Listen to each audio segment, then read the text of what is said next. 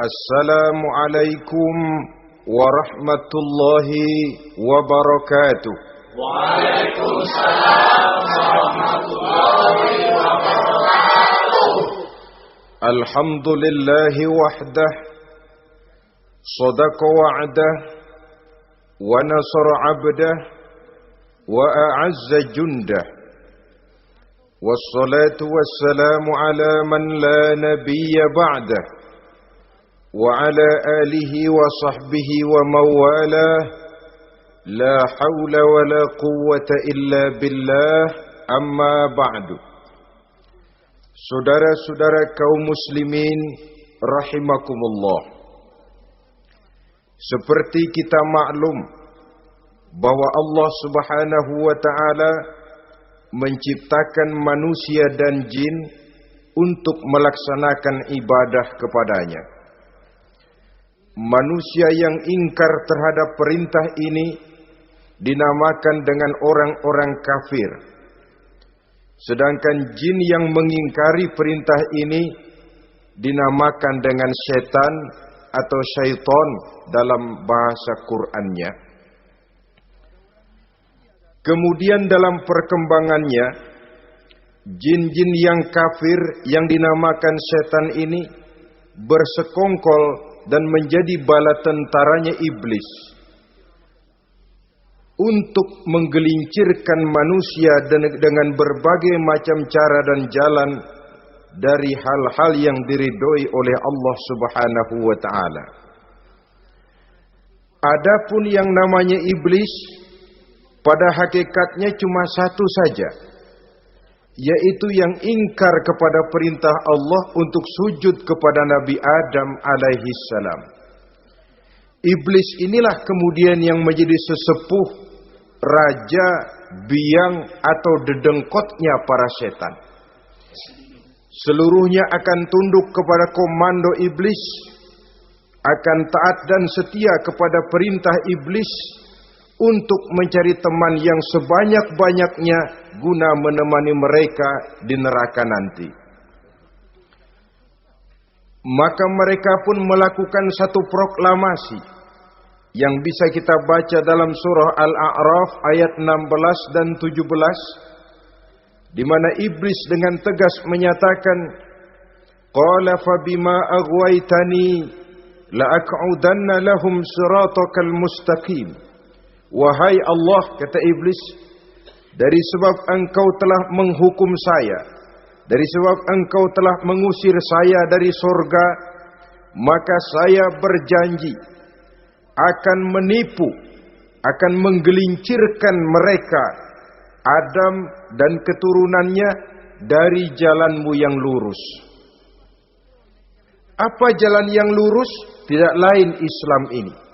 Dengan segala cara dan jalan, iblis dan bala tentaranya akan berusaha menggelincirkan manusia dari jalan yang lurus. Caranya bagaimana? Ayat ke-17 menjawab, "Tsumma la'atiyannahum min ba'di aydihim." Akan kami datangi mereka, akan kami goda mereka dari arah sebelah depan. Kalau cara itu tidak kena, wa min khalfihim, kami goda mereka dari sebelah belakang. Andai kata cara itu pun tidak mempan, wa an aimanihim, dari arah sebelah kanan. Kalaupun itu gagal, wa an syama'ilihim, kami akan datang dari arah sebelah kiri. Pendeknya dari 4 penjuru angin, iblis dan seluruh bala tentaranya yang bernama setan belum akan puas sebelum kita tergelincir dari jalan yang lurus yang diridhoi oleh Allah Subhanahu wa taala. Sebagian ahli tafsir menjelaskan bahwa jika iblis menggoda dari arah depan, yang dimaksud dari depan ini adalah dunia. Sehingga manusia menjadikan dunia sebagai tujuan akhir dari seluruh kegiatan hidupnya. Ia pergi pagi, pulang sore, peras keringat, banting tulang, tidak ada yang dikejar kecuali dunia dan cuma untuk kepentingan dunia. Dunia yang membuat orang berpaling daripada akhirat. dunia yang membuat orang lupa kepada tujuan penciptaannya, maka dunia termasuk perangkap iblis. Apa isi dunia? Biasanya yang lazim itu 3 ta itu. Harta, tahta, wanita. Itu yang bikin orang jadi sibuk sampai lupa kepada tujuan penciptaannya. Untuk apa dia diciptakan oleh Allah? Ini wa'an mimbaini aidihim. Kami goda mereka dari arah depan dengan menyodorkan dunia dalam bentuk yang hijau ranau, dunia dalam bentuk yang manis sehingga mereka tenggelam di dalamnya lalu melupakan akhirat. Kalau cara itu juga tidak kena, wa min khalfihim, kami datang dari sebelah belakang. Kami lupakan mereka kepada akhirat. Itu mah urusan nanti bagaimana saja. Yang penting yang kita hadapi sekarang apa? Dunia. Akhirat kita belum tahu dan bahkan belum tentu ada. Yang sudah pasti saja kita garap. Melupakan akhirat. Wa an aimanihim, yang dimaksud dari arah sebelah kanan, iblis dan setan selalu menghalang-halangi manusia untuk berbuat kebaikan. Karena kanan adalah lambang kebajikan. Sedangkan ansyama'ilihim, kiri adalah lambang kejahatan. Dicegahnya kita berbuat kebajikan dan dibisikannya kita untuk selalu melakukan kejahatan dan kemunkaran.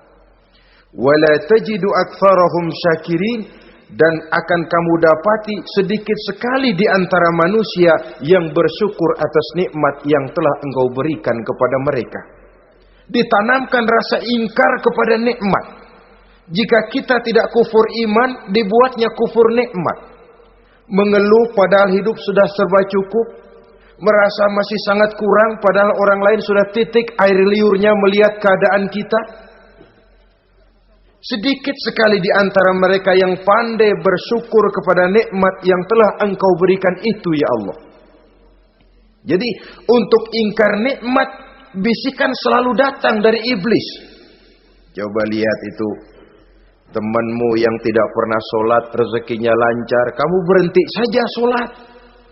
Yang tidak pernah ke masjid, pangkatnya naik terus, udah berhenti aja ke masjid. Atau setidak-tidaknya mengeluh dalam hati, Tuhan kayaknya tidak adil, kenapa saya rajin sholat kok rezeki seret bener.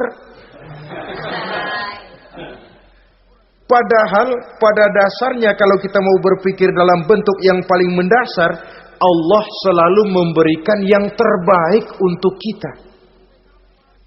Jika begini keadaan kita, inilah yang terbaik buat kita menurut pertimbangan Allah.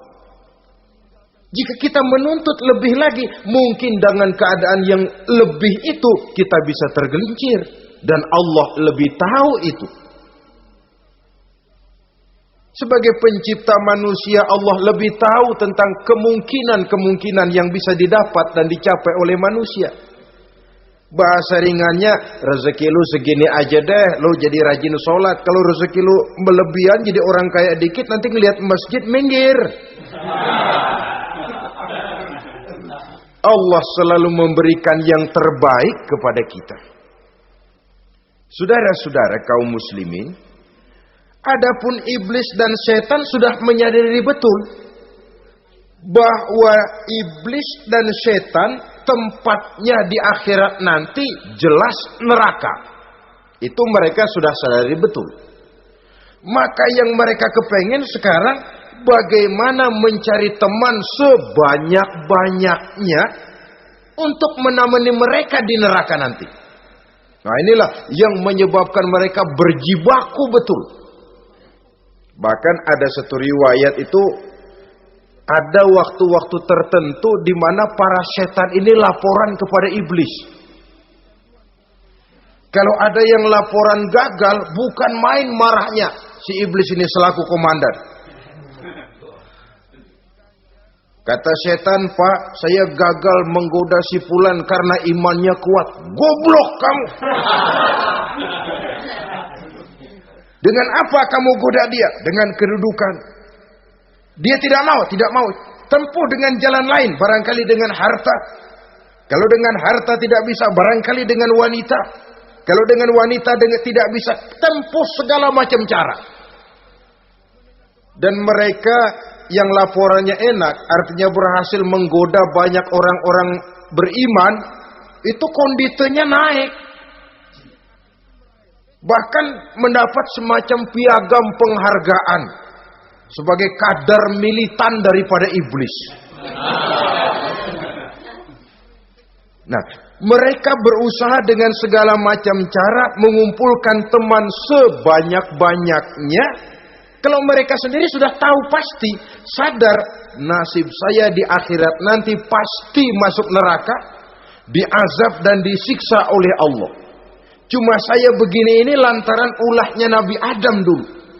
Maka anak-anak cucu Nabi Adam harus menjadi teman-teman saya sebanyak-banyaknya guna menemani saya di dalam neraka. Oleh karena itu, pada kesempatan pertemuan saat ini, kita akan membicarakan siapa sih teman-teman setan itu. Diriwayatkan dari Wahab bin Munabbih bahwa pada satu hari iblis diperintahkan oleh Allah untuk datang kepada baginda Rasulullah sallallahu alaihi wasallam dan menjawab segala pertanyaan yang diajukan oleh baginda Nabi. Datang iblis dalam bentuk orang tua pakai tongkat.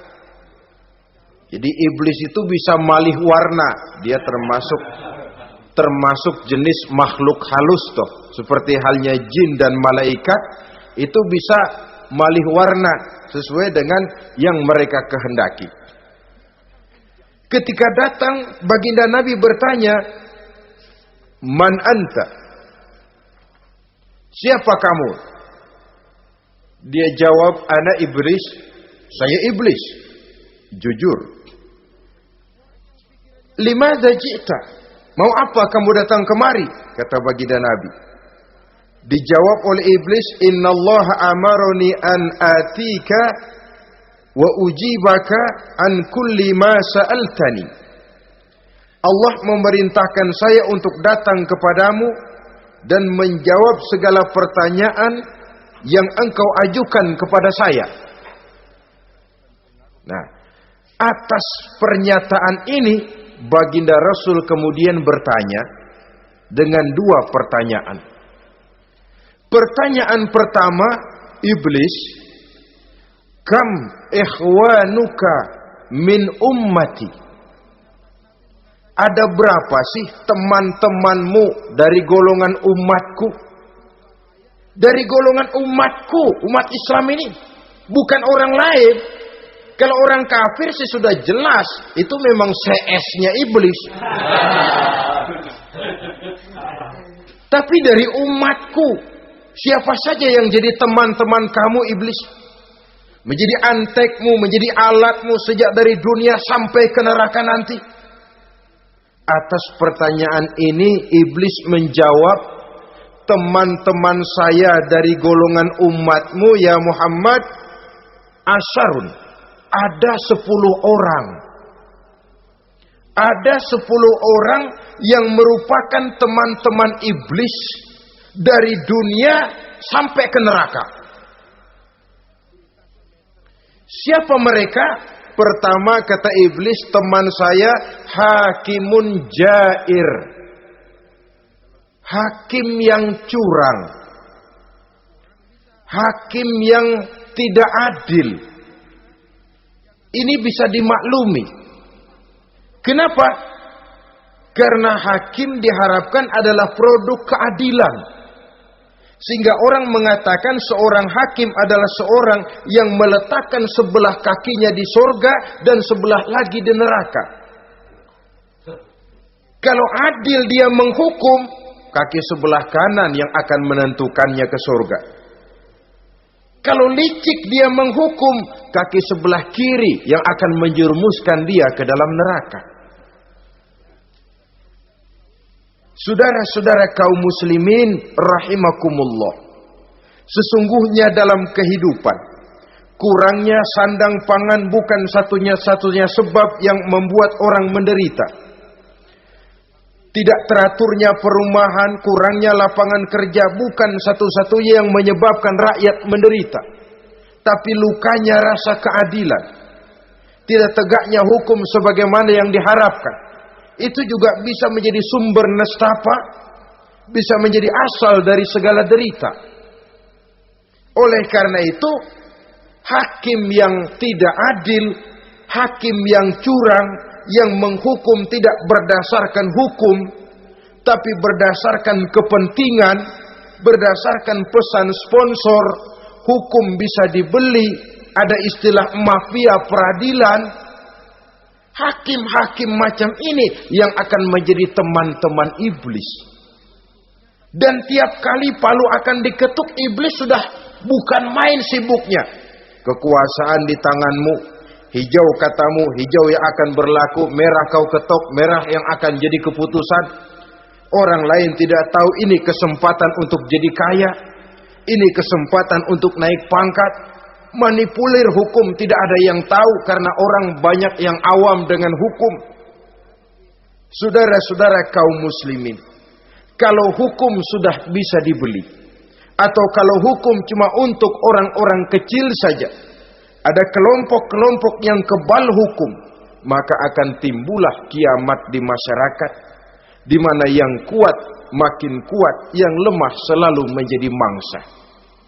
Oleh karenanya, hakim yang serong, hakim yang durjana merupakan teman-teman setan, merupakan teman-teman iblis dari dunia sampai ke neraka nanti.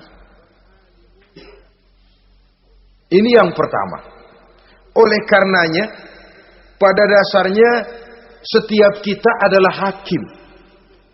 Untuk keluarga, dalam pergaulan, hendaklah adil di dalam memutuskan segala sesuatu. Lebih-lebih hakim yang memang menjadi pengayom masyarakat. Bukankah lambang para hakim digambarkan dalam bentuk neraca yang berimbang? Tidak berat ke kiri, tidak juga berat ke kanan. Dalam arti objektif memberikan keputusan sesuai dengan hukum, sehingga masyarakat terlindungi. Dan hakim yang adil secara praktis adalah musuh daripada setan. Dimanapun setan dan iblis paling gak demen sama hakim yang adil. Itu merupakan musuh besar bagi setan. Yang menyalahkan yang salah, membenarkan yang benar. Walaupun yang salah orang besar, yang benar orang kecil. Dan kita memang oleh baginda Nabi diajarkan satu doa. Allahumma arinal haqqa haqqa warzuqna tiba'ah. Ya Allah, perlihatkan kepada kami bahwa yang benar itu benar. Sebab sering kita lihat yang benar jadi tidak benar. Ini memerlukan kekuatan batin.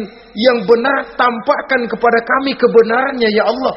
Sebab sekarang banyak ketidakbenaran yang dikamuflase. Banyak ketidakbenaran yang diberikan lipstick, sehingga kelihatannya menjadi benar. Ini baik doa ini saya pikir dibaca oleh para hakim. Allahumma arinal haqqa haqqa. Ya Allah, perlihatkan kepada saya bahwa yang benar itu benar. Dan tidak cuma sekedar itu, warzuqnit tiba'ah. Berikan kekuatan kepada saya untuk mengikuti kebenaran itu. Sebab kadang-kadang terjadi juga dia tahu yang benar itu benar, tapi tidak punya keberanian moral untuk mengatakan bahwa itu benar.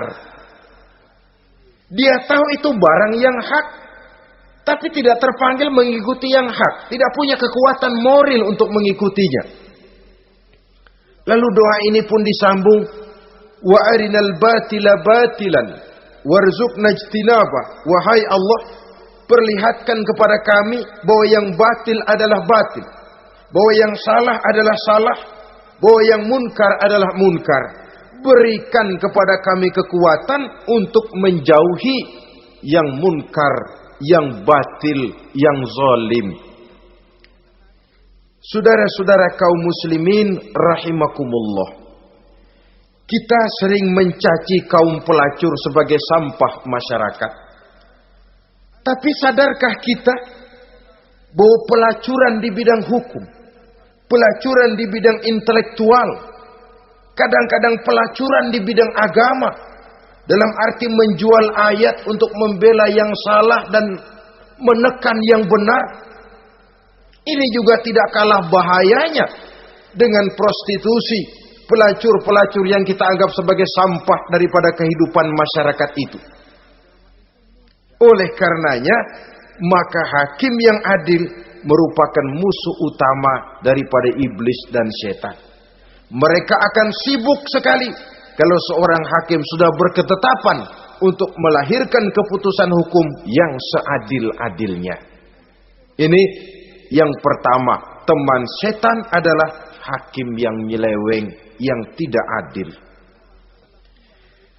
Yang kedua, teman saya, kata iblis, ghaniyun mutakabbir, orang kaya yang sombong. Orang kaya sombong itu teman setan. Orang miskin sombong itu lebih teman lagi tuh.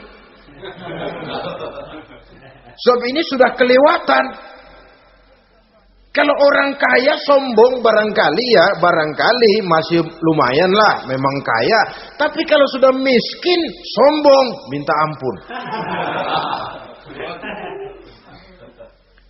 Orang kaya yang sombong adalah musuh iblis. Sebab pada hakikatnya tidak ada yang kaya dalam kehidupan ini kalau sudah bercermin kepada apa sih yang kita punya. Nabi Sulaiman karena merasa menguasai antara masyrik dan maghrib, satu hari pernah mohon izin kepada Allah. Ya Allah, saya mohon izin kepadamu untuk memberikan makan kepada seluruh makhluk-makhlukmu sekedar satu hari saja.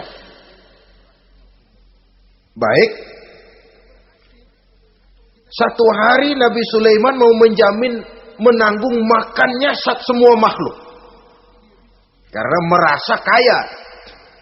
Baik, kata Allah. Lalu sibuklah Nabi Sulaiman mengadakan persiapan.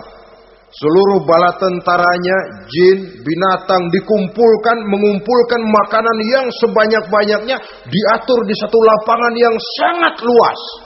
Sebab ini yang mau makan tentu tidak sedikit. Nah, sudah selesai persiapan, kata Allah, sudah selesai Sulaiman? Sudah, ya Allah. Nah, aku mulai dari makhlukku yang paling di bawah, ikan. Ikan Nun dipanggil oleh Allah. Rezekimu hari ini mau ditanggung Sulaiman. Naik, makan. Naik ikan ini. Sekali makan seluruh persiapan habis.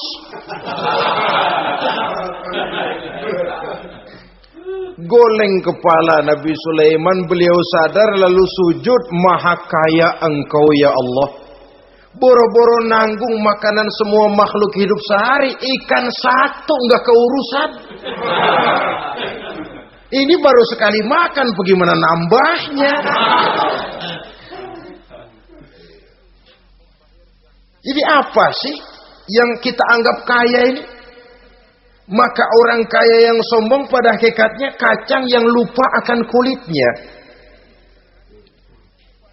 Tidak ada yang kita bawa pada saat kita terlahir ke alam ini. Sebagaimana juga tidak ada yang kita bawa pada saat kita meninggalkan alam ini. Harta kita akan pindah nama. Sebab itu yang perlu kita jaga pada hakikatnya tidak lain nilai-nilai iman. Sebab ini yang akan kita bawa. Cuma ironinya, karena iman itu abstrak, bukan benda, orang yang kehilangan iman tidak pernah ribut. Sebaliknya karena harta itu materi, benda konkret, orang yang kehilangan harta cepat merasa, cepat ribut. Motor hilang, ribut. Kenapa? Motor itu benda, kelihatan. Duit hilang, ribut. Televisi hilang, ribut. Kenapa? Benda. Tapi kalau iman yang hilang, wah kelihatannya tenang-tenang saja, Pak.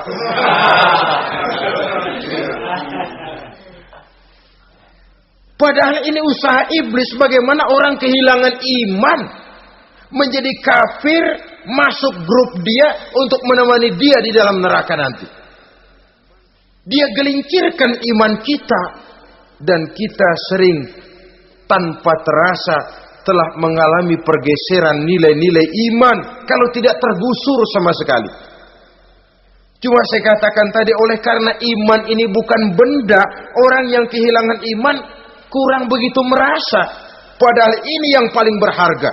Sebab ini yang akan kita bawa menghadap Allah. Orang itu kalau sudah yakhruju minad dunya bighairi iman, keluar dari dunia, meninggalkan dunia dan seluruh isinya, kembali menghadap Allah dengan tidak membawa iman, tempatnya jelas sudah. Itu yang paling kita khawatir. Pangkat jelas tidak kita bawa. Harta benda akan pindah nama jadi milik ahli waris kita. Tiba-tiba iman yang cuma satu itu tempat kita bergantung, hilang juga dari diri kita. Dengan apa kita mau menghadap Allah? Dan kemalangan apa yang lebih besar dari orang-orang yang telah kehilangan iman pada saat dia menghadap Allah Subhanahu wa ta'ala. Karena itu saudara-saudara, terutama yang diberikan amanah berupa harta oleh Allah dalam kehidupan ini, bersyukurlah kalau saudara diberikan kepercayaan oleh Allah untuk menyalurkan rezeki kepada orang lain. Seperti keran yang nyimpen air tapi tidak untuk dirinya, disalurkan kepada yang memerlukannya. Rezeki dia cuma lewat tangan saya. Rezeki dia cuma lewat tangan saya. Berbahagialah orang kalau dipercayai Allah untuk menyalurkan rezeki kepada orang lain. Artinya agen. Wong ditunjuk jadi agen Allah, kok nggak bangga? Kalau sudah kemari cara berpikir, insya Allah rasa bakhil bin pelit alias medit bin koret.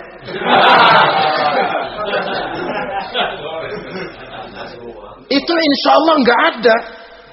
Kan kadang kita berpikir, yang nyari duit gue setengah mati, lu datang-datang mau minta aja pala lu. Kan itu toh kadang-kadang cara kita berpikir. Ya boleh jadi lalu terasa berat. Tapi kalau kembali kepada kesadaran, barangkali alhamdulillah rezeki dia cuma lewat tangan saya. Kalau saya nggak ngasih dia, barangkali nggak semudah ini saya dapat rezeki. Allah mudahkan rezeki saya karena saya sering membantu orang-orang yang memang memerlukannya. Andai kata saya nggak membantu mereka, belum tentu rezeki selancar ini. Tidak lalu enak aja, beras keringat gua banting tulang, pergi pagi pulang sore, lu datang-datang nada aja. Berbahagialah orang jikalau sekali lagi dia dijadikan agen oleh Allah untuk menyalurkan rezeki kepada mereka yang memang memerlukannya.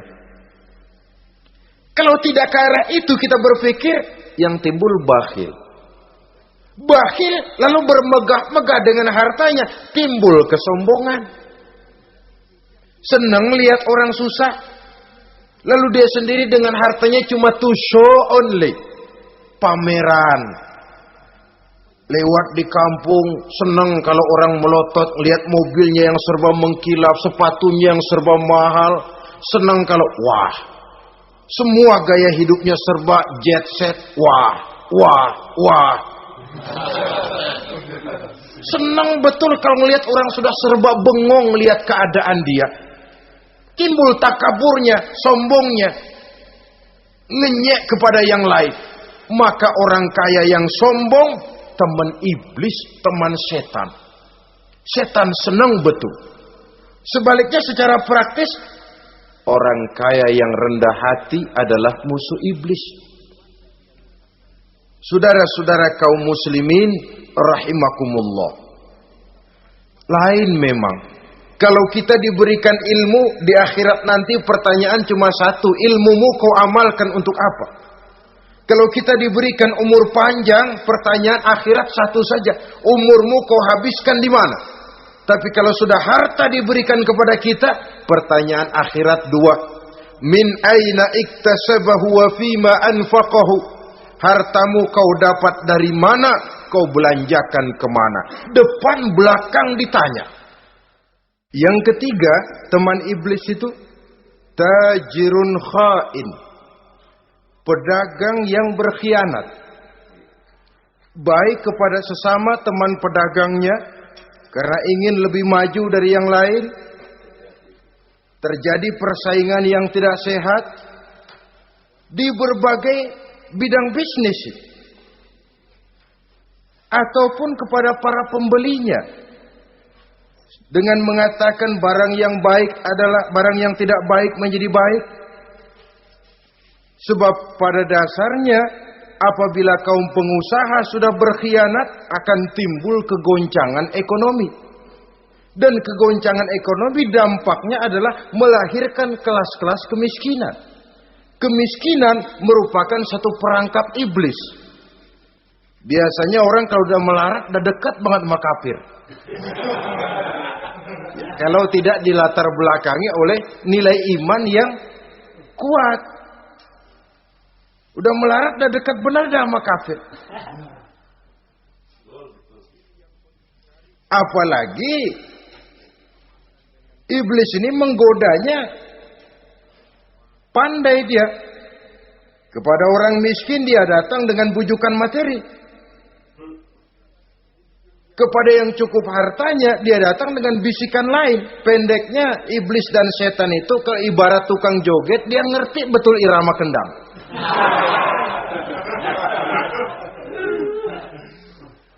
Di mana kelemahan orang itu dia selidiki, dia pelajari, dari arah situ dia masuk. Dan secara strategi perang, iblis dan setan ini posisinya memang lebih menguntungkan daripada kita. Kenapa? Dia melihat kita mah nggak lihat dia. Dia bisa pelajari kebiasaan dan kecenderungan kita. Kita nggak tahu kadang-kadang kelemahan kita. Dari arah itu dia masuk. Posisi dan strateginya lebih menguntungkan daripada kita. Saudara-saudara kaum muslimin rahimakumullah. Bila ekonomi sudah goncang, terjadi penimbunan barang, terjadi spekulasi harga, timbullah kegoncangan sosial. Dan dikala itu setan dan iblis pesta. Dia merasa perangkapnya berhasil. Persaingan-persaingan yang tidak jujur, yang pada dasarnya akhirnya bukan cuma merusak sistem ekonomi, tapi juga mempengaruhi hasil kerjaan. Dalam tender-tender usaha-usaha besar misalnya, oleh karena mengajar supaya dia yang mendapat proyek, dia tidak segan sogok sini, suap sana, semir sana, usap sini. Tinggal untungnya sedikit dan dia harus dapat untung besar. Akhirnya apa? Proyek yang dikerjakan cuma asal sekedar jadi. Tidak seperti standar yang ditetapkan lagi. Juga tidak merupakan kesalahan yang sepenuhnya harus dibebankan kepada dia. Kesalahan yang merupakan siklus. Mata rantai sudah lingkaran setan.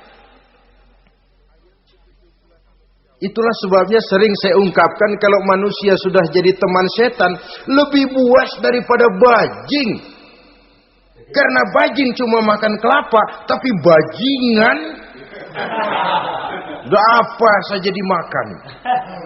Sudah jadi teman-teman iblis, tidak ngerti halal haram, hak dan batil. Ini kepentingan pribadi apa kepentingan orang banyak, yang penting sikat saja. Jadi yang ketiga ini targetnya memang kekacauan ekonomi. Yang kemelaratan, kemiskinan merupakan tangga untuk sampai kepada kekafiran. Dan iblis tahu betul itu.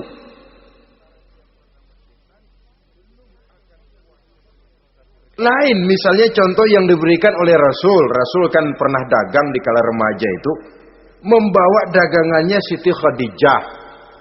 Kain. Beliau dagang kain. Berapa kain ini? Oh, kalau ini saya ambil dari Ibu Khadijah 25 rupiah. Saudara mau beli saya berapa terserah, asal saya ada untungnya. Dan kalau modalnya 25, betul-betul beliau bilang 25. Jujur. Kita kan enggak, udah bohong campur sumpah lagi.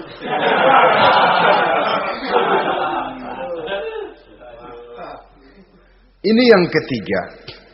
Yang keempat, teman-teman setan, teman-teman iblis, syaribul khamr. Orang yang minum arak, pemabuk, itu teman setan.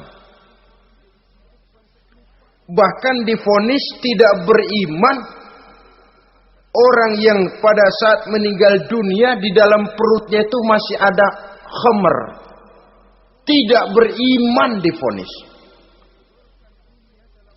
Jadi dalam satu pesta di mana disediakan minuman-minuman keras, iblis itu sudah masang perangkap. Dan bila minuman itu dihampiri orang, dia mulai senang, wajahnya berseri-seri. Kalau minuman dituang ke gelas, dia tepuk tangan. Bila minuman mulai mengalir ke tenggorokan, dia jijimprakan iblis. Girang bukan main.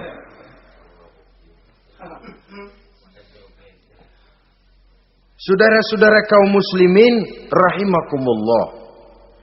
Kenapa pemabuk merupakan teman setan? Karena dalam keadaan mabuk, orang kehilangan daya kontrol. Perbuatannya nyaris tidak terkontrol lagi. Tidak ada rahasia, tidak ada harga diri, tidak ada sifat memelihara, dan itu ciri-ciri daripada iblis. Syaribul khamr. Orang yang suka meminum minuman keras. Itulah sebabnya memang dalam hidup ini kita harus punya filter. Allah selalu menghendaki yang terbaik dan memilihkan yang terbaik untuk kita. Kalau sudah itu minuman yang baik kata Allah, itulah memang yang baik untuk kita. Kalau itu dilarang oleh Allah, itulah memang yang tidak baik untuk kita. Jadi kalau sudah qat'i dalilnya, gak usah buang energi menyelidiki apa manfaatnya. Kalau sudah qat'i dilarang, gak usah buang energi menyelidiki apa bahayanya khamr. Allah tidak akan melarang sesuatu yang mengandung manfaat. Yang dilarang Allah tentu yang membawa mudarat dan bahaya di dalam kehidupan. Bukankah sekarang ini minuman keras sudah merupakan penghias pesta? Merupakan kebanggaan di kalangan remaja? Termasuk dalam kata khamr ini ya morfin, ganja, narkotik, dan yang sejenis dengan itu. Orang sudah merasa bangga kalau sudah fly to the sky. Membumbung ke angkasa, katanya dunia ini luas, lupa segala macam persoalan. Tapi sampai kapan? Sampai kapan orang merasa membumbung? Sampai kapan orang merasa bisa meninggalkan segala persoalan? Sampai mabuknya selesai? Ya kalau gitu mabuk aja terus. Lalu apa artinya kehidupan ini? Mabuk kan gak ngerugiin orang lain. Kalau saya nyolong kan ngerugiin orang lain. Kalau saya korupsi ngerugiin orang lain. Kalau saya zina jelas ada orang lain yang dirugikan. Tapi minum khamar, siapa yang rugi? Uang-uang saya. Saya beli dengan uang saya, yang minum pun saya. Siapa yang rugi?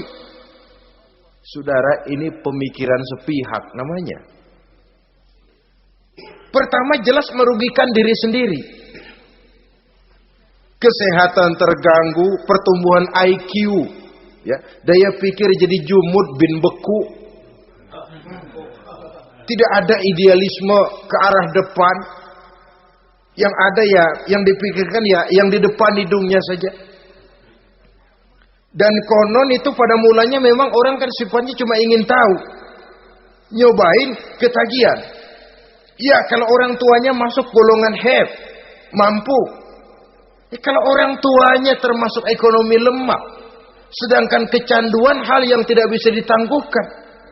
Orang yang sudah kecanduan minuman keras, Sekali dia tidak minum, sudah bukan main rasanya.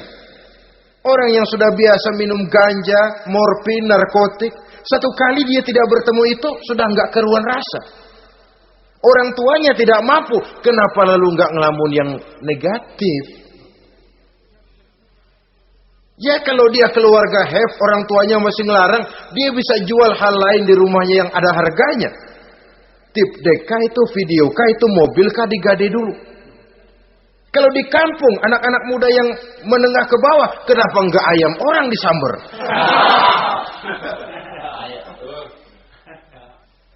Terjadilah perbuatan negatif yang akhirnya merembet kepada merugikan orang lain. Hakikatnya, zohirnya memang pada mulanya hanya merugikan diri sendiri.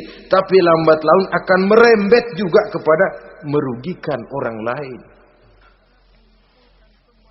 Oleh karena itu pantas kalau dalam perjalanan Mi'raj begitu hendak start dari Masjidil Aqsa menghadap Allah, kepada baginda Nabi disodorkan 2 gelas minuman, segelas susu dan segelas arak. Muhammad, kau ambil salah satu minuman itu, kau minum. Mantap. Nabi mengambil gelas yang isinya susu lalu beliau minum. Selesai minum kata Jibril, "Shaddaqta ya Muhammad, laqad asabtal haq." Kamu benar Muhammad, pilihanmu tepat.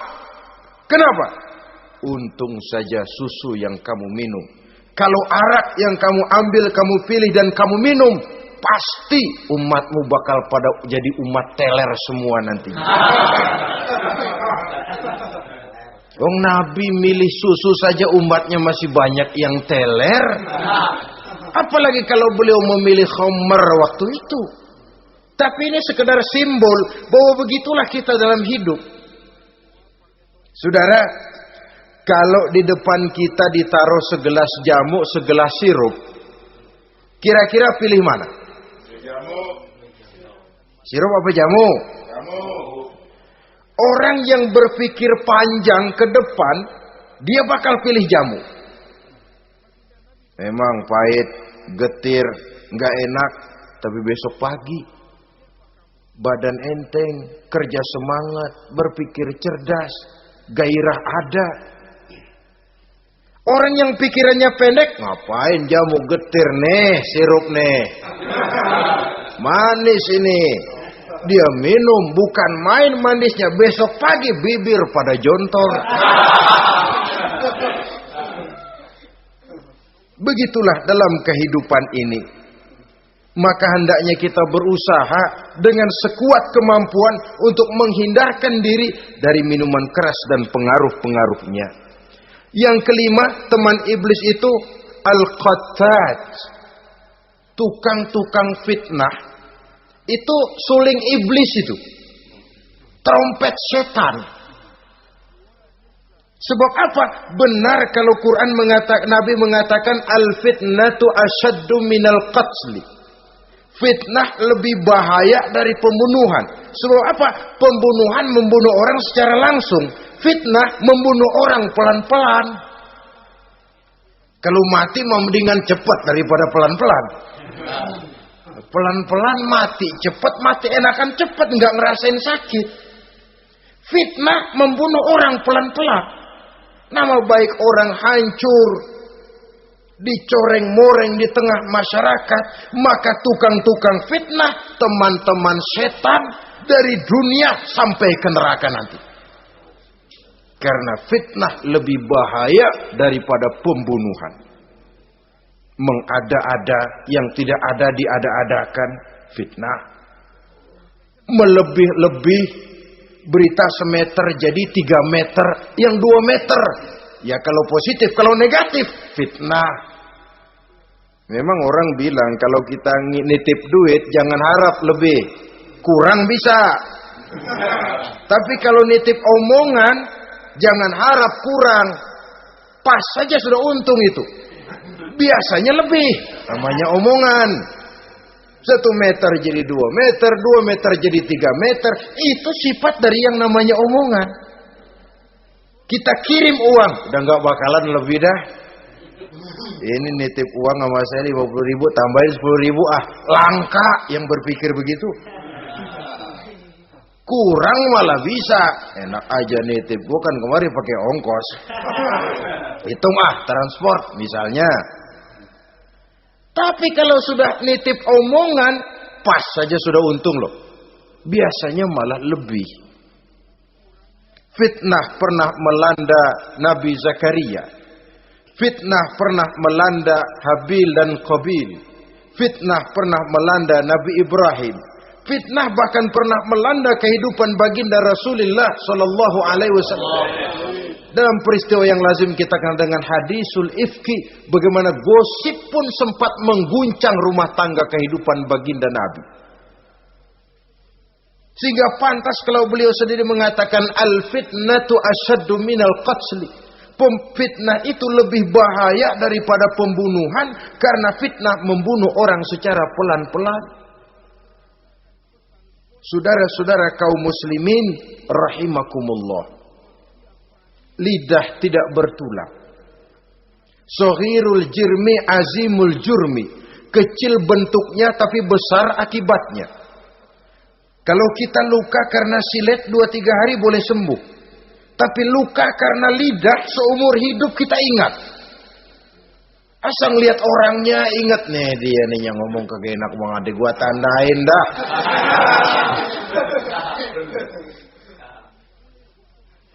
Itulah sebabnya pepatah bilang salamatul insan fi hifzil lisan. Orang akan selamat jikalau dia pandai menjaga lidahnya. Saudara-saudara kaum muslimin, yang keenam, teman setan sahibur riya.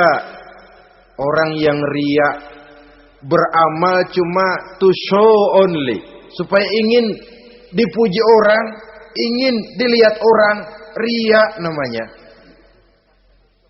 Tidak ada ikhlas. Sebab kata Imam Ghazali, an-nasu kulluhum niyamun illal alimun, wal alimuna an-nasu kulluhum mauta illal alimun, wal alimuna niyamun illal amilun, wal amiluna mughtarruna ilal mukhlisun.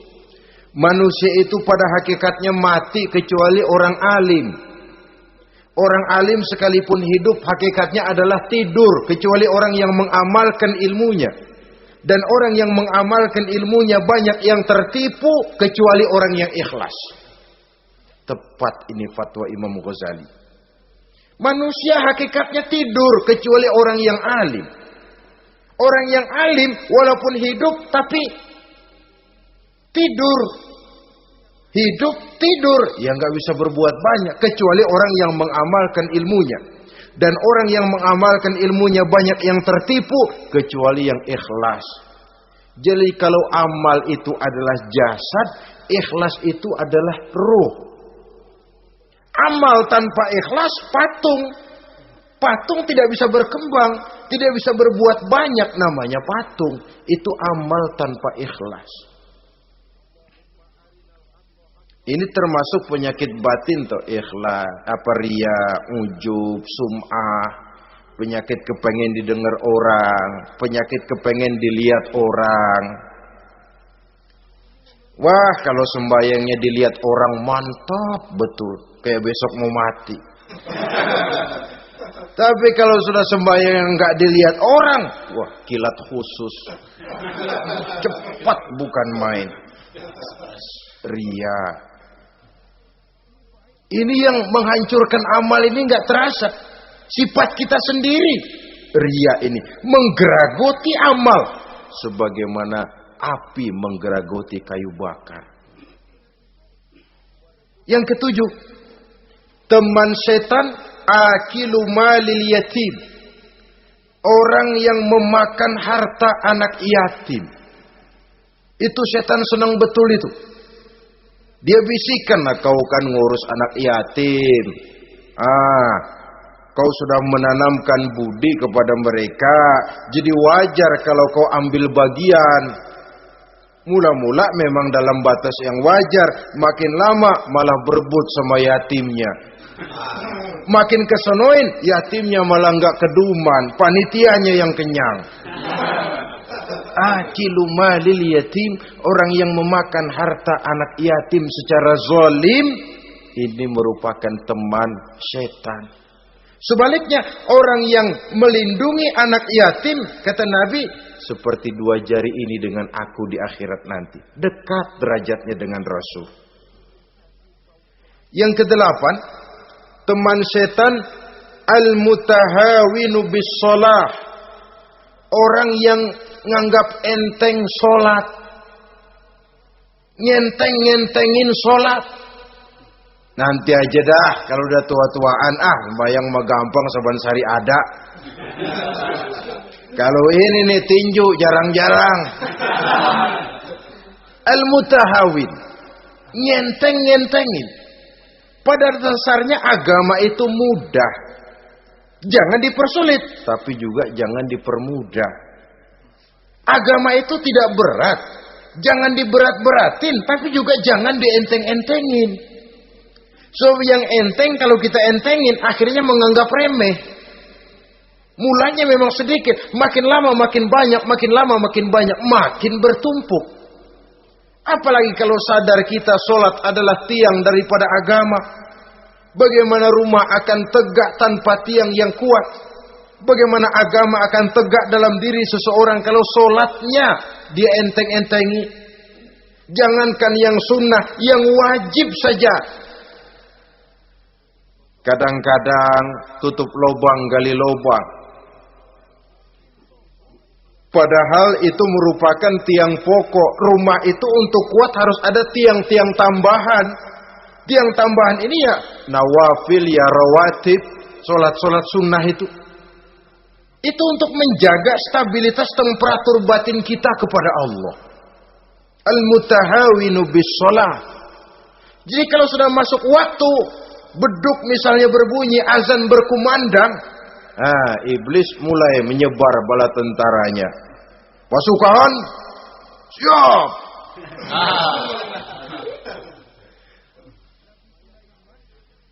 Kama yang dagang dia bisikin, sedang enaknya lu dagang, gua beli lagi banyak-banyak, sembahyang mah ada besok. Sama yang kerja, jangan ditinggal ini kerjaan, tanggung, sembahyang masih ada besok. Saudara-saudara kaum muslimin rahimakumullah. Andai kata kita berhasil, kita tinggalkan kesibukan, lalu kita pergi sholat, apa iblis diam? Setan tenang? Tidak, masih dia bisiki kita. Iya, kalau mau sembahyang ya sembahyang, cuma buruan udah. Nah, yang mau belanja, yang menunggu, bukan main. Sampai rukuk kita tidak sempurna, bacaan kita semrawut, sujud kita tidak lengkap. Sholat juga, tapi disitulah masuk iblis. Atau kalau itu kita berhasil cegah, rukuk tertib, ada tumakninah, sujud bagus, iblis masuk lagi. Wah, memang sembahyang kamu mantap. Orang lain gak ada yang sembahyang kayak kamu. Yang timbul apa? Ujub. Sombong kepada diri sendiri. Begitu rapi sembahyang, lu ya pada kagak sembahyang, apaan lu? Gua nih. Itu sudah perangkap iblis. Jadi lewat segala macam cara dan jalan, kepada yang ibadahnya bagus ditanamkan rasa ujub. Kepada yang mau berusaha bagus ditanamkan sifat was-was, buru-buru. Saudara-saudara kaum muslimin, ini yang ke-8. Yang ke-9, mani'uz zakah. Orang yang enggan membayar zakat itu teman setan. Gak ada urusan sama zakat. Sayang-sayang harta dizakatin. Saudara-saudara, padahal zakat itu kata Nabi, zakku amwalakum biz zakat. Bersihkan hartamu dengan zakat. Jadi barangkali bercampur harta itu dengan sedikit yang tidak baik, bercampur dengan yang kotor. Zakat itu membersihkan yang lain. Kita misalnya dalam satu kelas punya murid 40 orang, 42 orang, ada 2 orang yang bandel, nggak ketulungan. Sudah segala macam cara kita perbaiki, nggak juga berhasil. Ini kan kalau nggak diatasi kan mempengaruhi yang teman-teman yang 40 orang. Untuk menyelamatkan yang 40 ini, nggak apa-apa yang 2 keluarin. Bikin pemecatan. Anak saudara, kami sudah tidak sanggup lagi mengajar. Dengan ini kami berhentikan dari sekolah yang kami pimpin untuk menyelamatkan teman-teman yang lebih banyak. Mengeluarkan yang 2 untuk menyelamatkan yang 40.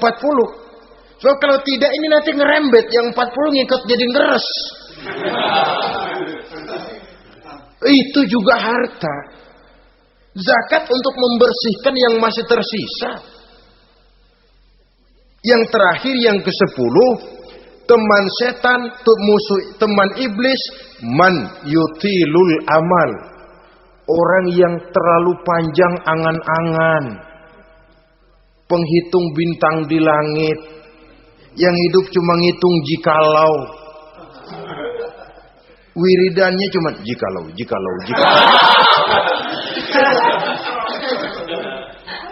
Tidak pernah mau berbuat, cuma angan-angan kelewat panjang. Yang ngelamun kan nggak ada sekolahan, ya siapa juga bisa ngelamun. Orang bukan tidak boleh bercita-cita, bahkan cita-cita yang mendorong kita untuk bergairah dalam kehidupan. Tapi kalau cita-cita tanpa langkah konkret, yang penting kan punya kemauan, lebihnya tawakal, nggak cukup. Pernah datang ke masjid seorang sahabat. Begitu sampai dia turun dari onta langsung menghadap baginda Nabi. Nabi tanya, ontamu udah diikat belum? Belum ya Rasul. Kenapa? Saya tawakal kepada Allah. Tuh orang diomelin sama Nabi. Ikat dulu, habis gitu baru tawakal. Betul toh. Ikat dulu tuh onta, lebihnya baru tawakal. Kalau udah diikat masih lari juga, itu tawakal. Lah belum diikat udah tawakal. Orang yang terlalu panjang angan-angan, yang akhirnya kalau tidak merusak cara berpikirnya, akan mendorong dia kepada perbuatan yang negatif untuk mewujudkan angan-angannya itu. Macam misalnya ya, pakaian kepengen bagus, harta mau banyak, usaha ogah, kerja capek sedikit tidak mau, kepengen seperti orang-orang, lalu ngelamun. Kalau tidak jadi gila, ya merusak perbuatannya. Kan berapa banyak orang yang kepengen kaya gagal lalu jadi sableng. Kertas koran ditumpukin, dikantongin, dia kira gepokan duit. Hawanya duit udah banyak aja. Tulul amal, terlalu panjang angan-angan. Nah, saudara-saudara, kalau kita sudah tahu itulah teman-teman setan, teman-teman iblis, mari kita berusaha jangan termasuk salah satu di antara 10 orang yang menjadi teman-teman iblis ini. Lalu cara untuk mengatasinya bagaimana? Imam Al-Ghazali rahimahullah memberikan tuntunan. Pertama, untuk mengatasi perangkap setan, jangan sampai kita termasuk salah satu teman setan, zikrullah. Banyak ingat kepada Allah. Sebab Nabi bersabda, inna zikrallahi ta'ala fi janbi syaitan kal akillati fi janbi ibni Adam. Sesungguhnya zikrullah, zikir kepada Allah itu dapat menyakiti setan sebagaimana penyakit menyakiti lambung anak Adam. Jadi setan itu akan kurus kalau kita hantam pakai zikrullah. Setan tidak berdaya, lemah kalau kita hantam pakai zikrullah. Ingat Allah, selalu merasakan kehadiran Allah dekat dalam hidup. Itu senjata pertama. Dengan zikrullah, setan kurus.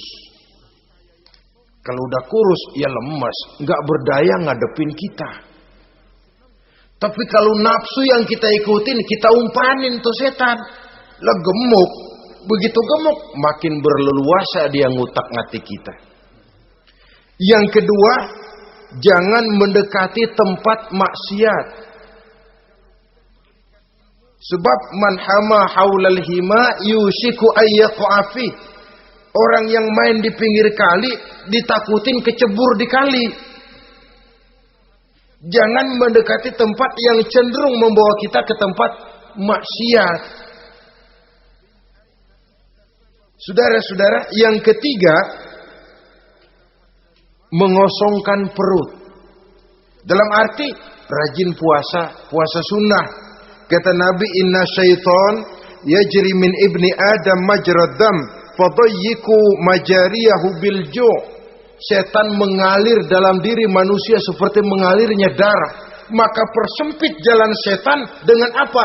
Bil ju', dengan memperbanyak lapar. Bukan memperturutkan syahwat. Pantas kalau Nabi bilang, saya adalah sekelompok orang yang tidak makan kecuali kalau kami lapar. Dan kalau kami makan, tidaklah sampai kekenyangan. Bukan enggak kenyang, tapi enggak kekenyangan. Yang terakhir kata Imam Ghazali, hendaknya kita selalu ingat bahwa tujuan iblis dan setan adalah menjerumuskan manusia, menyengsarakan manusia, supaya kita menjadi teman mereka di neraka nanti. Kalau ingat itu, insya Allah kita bisa mengerem diri. Nah, inilah saja yang dapat kita sampaikan pada pertemuan kali ini. Mudah-mudahan ada manfaatnya. Terima kasih dan mohon maaf. Usikum wa nafsi bitaqwallah. Wassalamualaikum warahmatullahi wabarakatuh. Waalaikumsalam warahmatullahi wabarakatuh.